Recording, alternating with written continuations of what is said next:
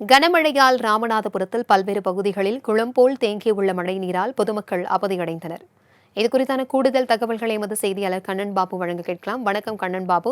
தற்பொழுது நகர்ப்பகுதிகளில் குளம் போல் தண்ணீர் தேங்கியிருக்கிறது. இதனால் வாகன ஓட்டிகள், பொதுமக்கள் எந்த அளவிற்கு அவதியுற்று வருகிறார்கள்? இதுகுறித்தான விவரங்களை பகிர்ந்துக்கோங்க. வணக்கம் பிரபாவதி.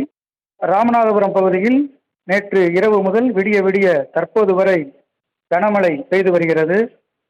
தொடர் மழை காரணமாக நகர் முழுவதும் மழைநீர் தேங்கி வாகன ஓட்டிகள், பொதுமக்கள் பெரும் அவதிக்குள்ளாகி வருகின்றனர்.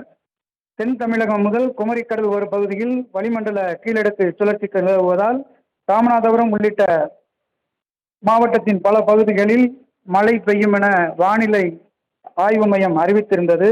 அதன் அடிப்படையில் ராமநாதபுரம் நகர் மற்றும் புறநகர் பகுதிகளில் நேற்று இரவு தொடங்கி இன்று அதிகாலை வரை விடிய விடிய பலத்த மழை பெய்து வருகிறது. நகரின் பல்வேறு பகுதிகளிலும் மழைநீர் குளம்போல் தேங்கியுள்ளதால் பொதுமக்கள், வாகன ஓட்டிகள் மிகுந்த அவதிக்குள்ளாகி வருகின்றனர். ராமநாதபுரம் பேருந்து நிலையம், அரசு போக்குவரத்து கழக பணிமனை, அரசு மருத்துவமனை உள்ளிட்ட பகுதிகளில் மழைநீர் பெருமளவு தேங்கியுள்ளது. மேலும் சாலையில் மழைநீர் தேங்கியுள்ளதால் வாகன ஓட்டிகள் பெரும் அவதிக்குள்ளாகியுள்ளனர். ராமநாதபுரம் அருகே ராமநாதபுரம் நகர் பகுதியான பாத்திமா நகர் பகுதியில் மழைநீர் பெருமளவு தேங்கி நின்றதால் அப்பகுதியில் வீடுகள் முழுவதும் மழைநீர் சூழ்ந்துள்ளது. இடுப்பளவு தண்ணீரில் மக்கள் அப்பகுதியில் வசித்து வருகின்றனர்.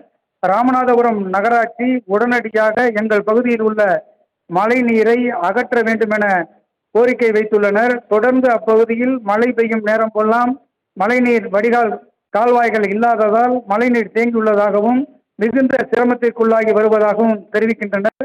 மேலும் அதிகாரிகளிடத்தில் இது குறித்து பல முறை தெரிவித்தும் இதுவரை எந்த ஒரு நடவடிக்கையும் எடுக்கவில்லை. தற்போது தொடர்ந்து இரவிலிருந்து தற்போது வரை மழை பெய்து வருகிறது.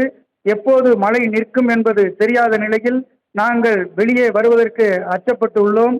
மேலும் மழைநீர் தேங்கியுள்ள நிலை இடங்களில் விஷப்பூச்சிகள் வருவதால் குழந்தைகள் வைத்துக் கொள்ளவே பெரும் பயமாக உள்ளது என.